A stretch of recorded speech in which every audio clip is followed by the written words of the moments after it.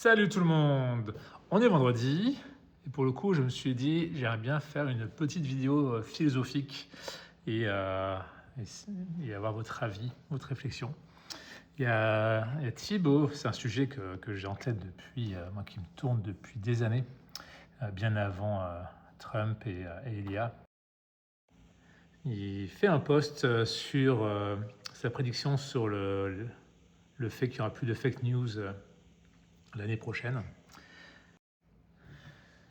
Parce qu'aujourd'hui, voilà, on est noyé dans l'information, etc., etc. Et étant un vieux con qui a connu l'avant Internet, je, je trouve qu'on a gardé pour acquis pendant très longtemps le fait que l'information, avec un grand I, l'information était un peu l'or, le nouvel or du numérique et de notre monde, quoi. C'est-à-dire que tout est information. La preuve, depuis toujours, on regroupe l'information dans des bibliothèques. Avec l'arrivée de Internet, on a fait l'autoroute de l'information. Bref, l'information avec un grand I était un peu le 0 et le 1, quoi, le token de base, quoi. Et donc l'important, au début, c'était juste la propagation. Et on disait qu'Internet, c'est génial, tout le monde aura accès à l'information. Que tu sois riche ou pauvre, que tu sois dans un pays développé ou sous-développé, si tu as Internet, potentiellement, tu as accès à l'information du monde entier. Et moi, quand j'étais jeune, c'était un peu l'utopie, c'était ce qu'on nous vendait avec Internet, quoi. Et je trouvais ça génial, parce que pour le coup, quand on y pense, c'est juste génial, quoi. Ça a plutôt marché pendant longtemps, je pense, pendant peut-être 10 ans, 20 ans, avec Internet. Mais aujourd'hui, on voit bien que ça ne marche plus du tout. Aujourd'hui, l'information, elle est diffusée partout. Maintenant, on se rend compte que des IA peuvent générer des tonnes d'informations, plus qu'il n'en faut. On se rend compte que à peu près n'importe qui, du mec inconnu dans son coin jusqu'au président américain, pour citer que lui, peut balancer des informations complètement débiles et que tout le monde croit à l'information, sans même réfléchir. Et on arrive sur les fake news, quoi. Et la prédiction de Thibaut, c'est de dire que l'information, c'est une chose, mais ce qui manque, c'est une sorte de sceau, une sorte de signature qui prouve l'origine de l'information, qui permettrait de tracer l'information, d'où elle vient, sur quoi elle est basée, quoi. Voir la chaîne de personnes qui a propagé cette information. Et donc pour lui, 2026, ce serait retour au Web3 qui permettrait de tracer, auditer toute information et donc de savoir est-ce qu'elle a de la valeur ou pas. Moi, je me suis juste demandé, et c'est une théorie qui est, c'est pas con du tout, et je pense qu'il faut bosser sur un projet sûrement dans ce sens-là. Moi, je me demande même plus profondément, est-ce que vouloir dire que ce qui a de la valeur, le plus de valeur aujourd'hui, c'est l'information, bof, moi je suis même pas sûr que ce soit ça en fait. Et donc sécuriser l'information avec la traçabilité, c'est pas vraiment ça le souci, quoi.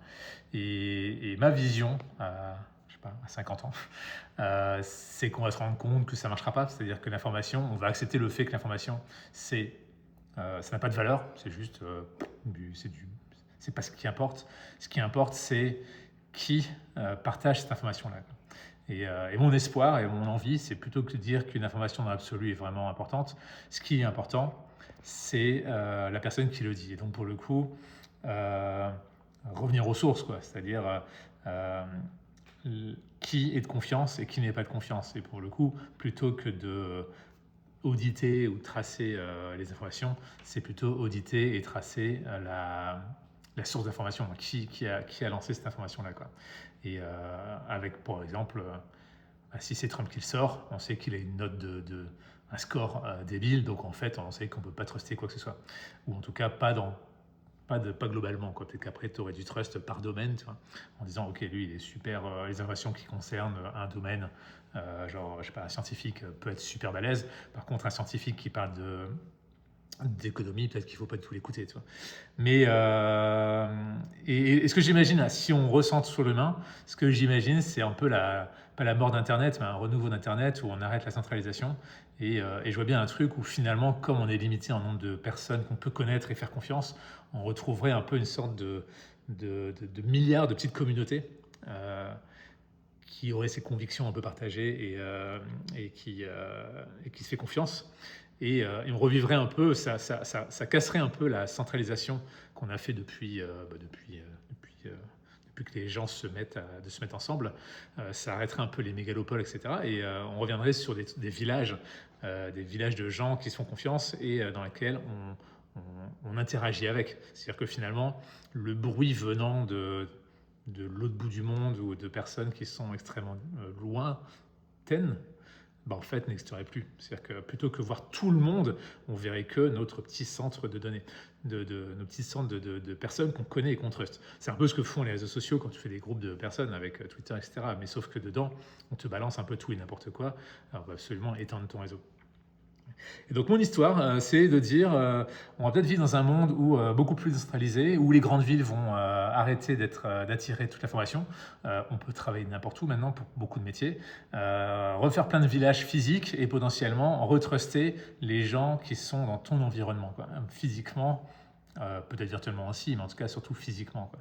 Les personnes, tes voisins, et pour le coup, on crée des îlots de confiance de père en père, quoi. Donc en mode, ce mec-là, c'est mon voisin, je le connais depuis 20 ans, je sais que je peux lui faire confiance. Ou alors, cet inconnu-là, pour l'instant, je ne sais pas ce qu'il vaut, donc je me méfie de ces news, quoi. Mais ce qui est sûr, et j'espère en tout cas, c'est que le monde ne va pas continuer comme ça, où maintenant, plus personne n'a envie de vérifier les news. C'est-à-dire que Trump peut sortir n'importe quoi, tout le monde le croit, et personne ne vérifie. Thibault part du principe que c'est important de connaître la vérité, et c'est un peu ça le truc, hein. Est-ce que c'est la vérité, comme s'il n'y avait qu'une seule vérité en plus, mais ça se trouve en fait, à quoi bon? Dans un des commentaires, il y a une vidéo de Keanu Reeves, l'acteur de Matrix, qui raconte un truc il raconte une expérience, une discussion qu'il a eue avec ses enfants, qui disait que ses enfants lui disaient qu'en fait, ils s'en fichaient de la vérité, en fait. C'est-à-dire que la recherche, la quête de vérité, peut-être que c'est un truc que nous on veut parce qu'on a connu ça toute nos vies et on veut absolument que la vérité soit vraie et démentir le faux, etc.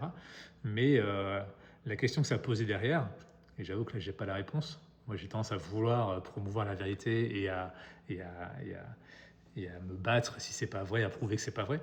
Mais sa question c'est en fait c'est peut-être pas ce que veulent les jeunes, quoi. Les jeunes, peut-être qu'en fait l'information ils s'en foutent juste, c'est-à-dire que ce soit vrai ou faux. Et alors, quoi, ça n'empêche pas de continuer à vivre.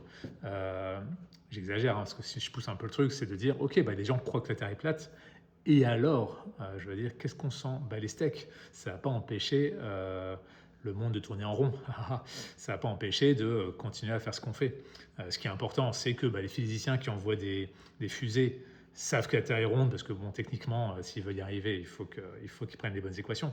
Mais que 10 000 Texans pensent que la Terre est plate, et qui propagent l'information, ça va pas changer la face du monde, à mon avis, quoi.